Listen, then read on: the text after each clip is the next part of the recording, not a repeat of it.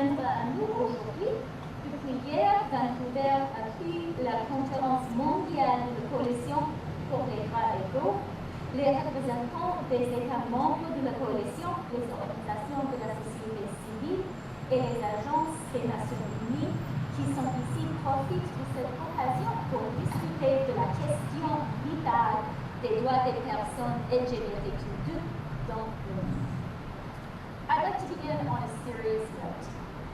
Today, more than 6 countries impose the death penalty for same-sex relations, and in more than 70 countries, sexual contact among people of the same sex is a criminal offense. That is why we have been gathered here for the Equal Rights Coalition, and it is so important to recognize the essential work of the activists who are here with us. Together with civil society and government leaders, over 80 countries are represented here in Vancouver, Canada at the Equal Rights Coalition meetings. And I would like to extend special thanks to Chile and my friend Roberto, the Foreign Minister, who are co-chairs of the Equal Rights Coalition and of this meeting, and also to recognize the Netherlands and Uruguay, who were the first co-chairs when the coalition first met and was launched in Montevideo 2 years ago. Our presence here shows the extent of our international commitment to the promotion and protection of LGBTQ2 rights, and it sends a strong message to the world that everyone is entitled to live without violence or discrimination because of who they are. So thank you very much, and I do want to recognize really the fantastic work of Randy Boissonneau, MP, fellow Western Canadian, who has been doing so much work on this essential issue and with the coalition. I'm happy to take your questions.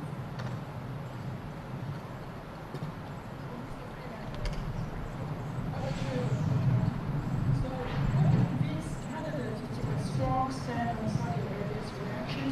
What is the plan to de-escalate the situation before the engineers and all this report Canadian workers are being expelled from Saudi Arabia? So let me just start by saying there is nothing new or novel about Canada's support for human rights, very much including women's rights around the world, including in Saudi Arabia. Our government has consistently supported women's rights internationally, and we have consistently spoken out for women's rights, including in Saudi Arabia. We've done that publicly, and we've done that in private meetings. This is something that Canada believes in. It is something we will continue to do in Canada and around the world. Our values-based foreign policy, our support for human rights and for women's rights is an essential part of who we are when we speak for Canada in the world. When it comes to the broader relationship with Saudi Arabia, our diplomats have asked procedural questions today, and we're waiting for answers on how Saudi Arabia intends to go forward with the relationship. And we're waiting for answers on how Saudi Arabia intends to go forward with the relationship. I do also want to assure Canadians that our embassy is still in place in Saudi Arabia, and Canadian business people, Canadian travelers, can all be absolutely confident that the Government of Canada is there on the ground and able to provide the services that we provide to Canadians around the world. Briar Stewart, CBC. Given that Saudi Arabia has taken a range of actions, I'm wondering how Canada plans to respond. I know you're waiting for clarification, but what's the plan going forward? And I'm also wondering how the decision to freeze trade affects the light armored vehicle deal, if at all. So some of those questions really at this point are questions for Saudi Arabia. We are waiting to hear from Saudi Arabia details of its response, and we look forward to hearing those details. In terms of Canada's position going forward, we absolutely, with great assuredness, stand by what we have said. We will always speak up for human rights. We will always speak up for women's rights around the world. And I do also want to say, when it comes to the Badawi family, Ensaf Haidar is a Canadian citizen, and she and her family therefore merit special attention from the Government of Canada. And a lot of Canadian civil society has been speaking up for her. It's something that we do. We stand up for Canadians and their families around the world. Valérie Gamache, Radio-Canada. Je comprends que c'est important pour le Canada de dire qu'on condamnait ces arrestations-là, mais est-ce que vous regrettez la façon dont la condamnation du Canada est venue? Est-ce qu'il n'aurait pas été mieux que l'on retire l'ambassadeur du Canada là-bas avant que Riyad ne l'expulse pour montrer son désaccord avec la façon dont ces militants sont traités là-bas? Non. Je pense que ce que le Canada a dit la semaine passée était exactement correct. Et c'était une chose que est normale pour notre gouvernement de dire, même en ce qui concerne les droits humains, les droits des femmes en Arabie Saoudite. Ce n'était pas la première fois. On a déjà souligné l'importance des droits humains, l'importance des droits de la femme, quelquefois en public et pendant nos discussions diplomatiques. J'ai parlé de cet enjeu, par exemple, pendant mon rencontre bilatérale avec le ministre des Affaires étrangères d'Arabie Saoudite à Bangladesh. Alors, c'est normal pour nous. Nous sommes fiers d'être un pays pour lequel les droits humains, les droits des femmes sont très importants pour notre politique étrangère. Et en même temps, nous comprenons que c'est possible, c'est nécessaire de parler des droits humains, des droits de la femme, et en même temps d'avoir des relations diplomatiques. Nous pensons qu'un dialogue est mieux possible quand nous parlons avec des pays. Est-ce que vous avez évalué les conséquences que ça peut avoir sur Raif Badawi et sa sœur qui sont en détention? C'est une bonne question. Et nous, toujours, la chose la plus importante pour nous, je vais attendre un moment.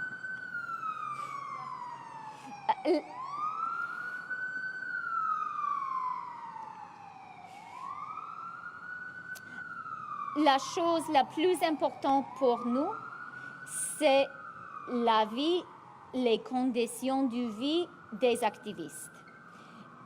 Quand le Canada prend une position publique, c'est toujours quand les personnes impliquées ont décidé, ont évalué la situation et ont décidé que c'est mieux d'avoir une voix à l'extérieur. Et je peux vous assurer que la famille Badawi appuie et soutient le soutien qu'ils ont reçu du côté du gouvernement du Canada. Sunny Dillon with the Globe and Mail. Minister, what's your message to the thousands of Saudi students who are being withdrawn from Canadian schools as a result of this dispute? Another great question, and my message to them is you are really welcome in Canada. Canada is a wonderful place for students from around the world and for Canadians to study. We have been glad for many years to welcome Saudi students here, and they are very much welcome to, the Saudi students who have been accepted to Canada are very much welcome to arrive in Canada as planned and to study here. Whether they do or not, of course, is not my decision or a decision for the Government of Canada. It's a decision for those students and for the Government of Saudi Arabia. But speaking proudly on behalf of Canadian society and Canadian universities, I think it would be a shame for those students if they are deprived of the right to study here, the opportunity to study here.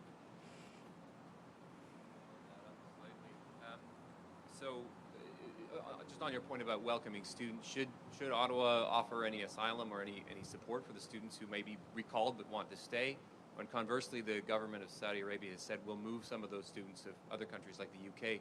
Should we be saying to the UK, don't accept these students if this is how the pawns that they're going to be in this battle? You know, I think that's a decision for the students, for their families, and for their government.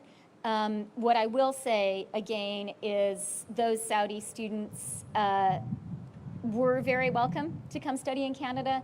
They continue to be very welcome to study in Canada. And I think it would be a shame for them to miss that opportunity. Spencer Harwood, Canadian Press. Just wondering what you think the economic of this decision is expected to be, including the status of the $15 billion arms deal. As I said, Spencer, we are awaiting answers from the Saudi government, clarification of the Saudi position.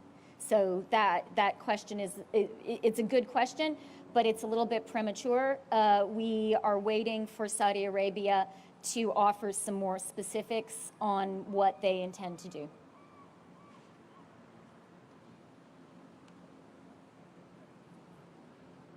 Where is the ambassador now? I wonder if I'm at liberty to disclose it. So let me just say the ambassador is fine. We have time for one last question, please. Okay, so John Woodward from CTV News. I didn't introduce myself the last time. You've seen them freeze trade and recall students, and now they're talking about freezing flights for the Royal Saudi Airlines. What's your best explanation for the seeming disproportionate reaction here? I think that is really a question for Saudi Arabia. I will say that Canada is very comfortable with our position. We are always going to speak up for human rights. We're always going to speak up for women's rights. And that is not going to change. I think that Canadians expect our foreign policy to be driven by and to embody Canadian values. And that is how we intend to continue to conduct our foreign policy. Merci beaucoup tout le monde. Okay, merci.